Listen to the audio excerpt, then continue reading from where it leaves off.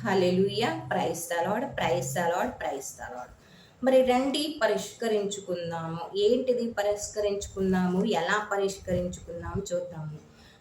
యెషయా గ్రంథం 1వ అధ్యాయం 18, 19 వచనాలు. ప్రభు ఇట్లనుచున్నాడు, రండి మన వివాదములను పరిష్కరించుకుందాము. మీ పాపములు సింధూరము వలె వెర్రగానున్నను, మంచు వలె తెల్లనగును. కెంపు వలె ఎర్రగానున్నను, ఉన్ని వలె తెల్లనగును. మీరు నాకు విధేయులగుదురేని భూమి నుండి పండు మేలి పదార్థములు భుజింతురు.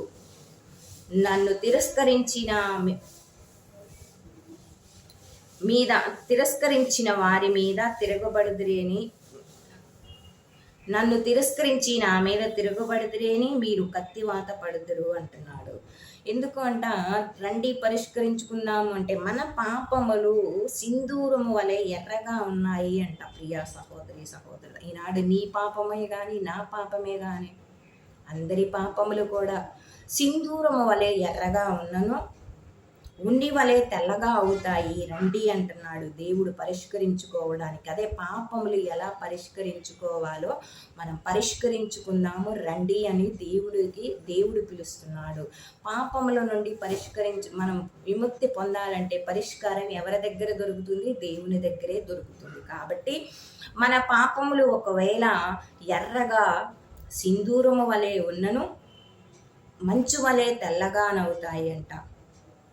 కెంపు వలె ఎర్రగానున్నను, ఉన్ని వలె తెల్లనగుతాయి అంట. ప్రియా సహోదరి సహోదరుడా, అప్పుడు మీరు నాకు విధేయులగుదురేని భూమి నుండి పండు మేలి పదార్థములు భుజిస్తారు. ఎవరికి విధేయులుగా అవ్వాలి అంటే, దేవునికి విధేయులైనట్లయితే భూమి నుండి పండే ప్రతి ఫలము కూడా మంచి మేలైన ఫలములు మనం భుజిస్తాము అంట.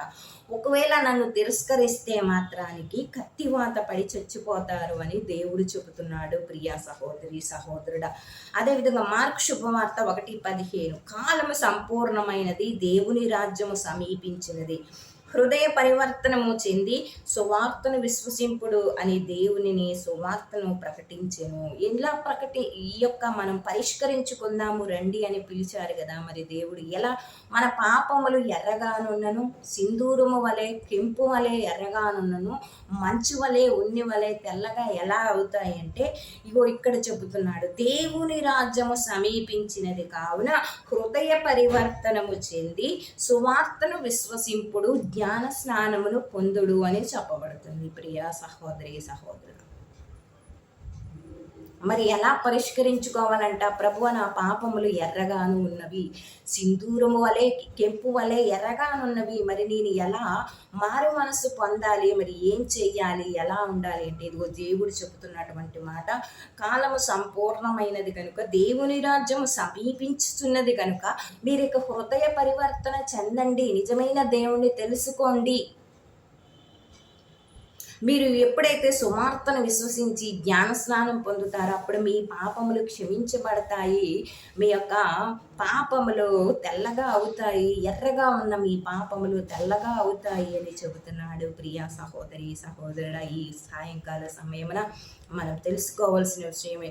అందుకనే ప్రభు అంటున్నాడు, రండి మనము వివాదములను పరిష్కరించుకుందాము అంటున్నాడు. రండి నా దగ్గరకు వచ్చి పరిష్కరించుకుందాం రండి.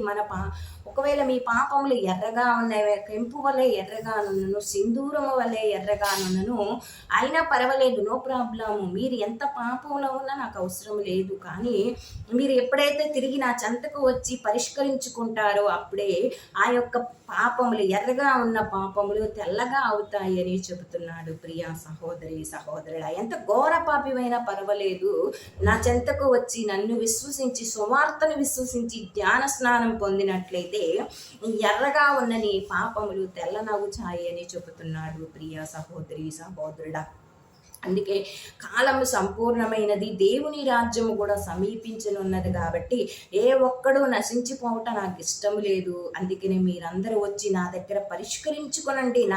మీ యొక్క పాపములు ఎర్రగా ఉన్నాయి. నేను ఇంత పాపిని ప్రభువా, ఇంత పాపిని నీ చెంతకు రాలేనని నువ్వు అనుకుంటున్నావా?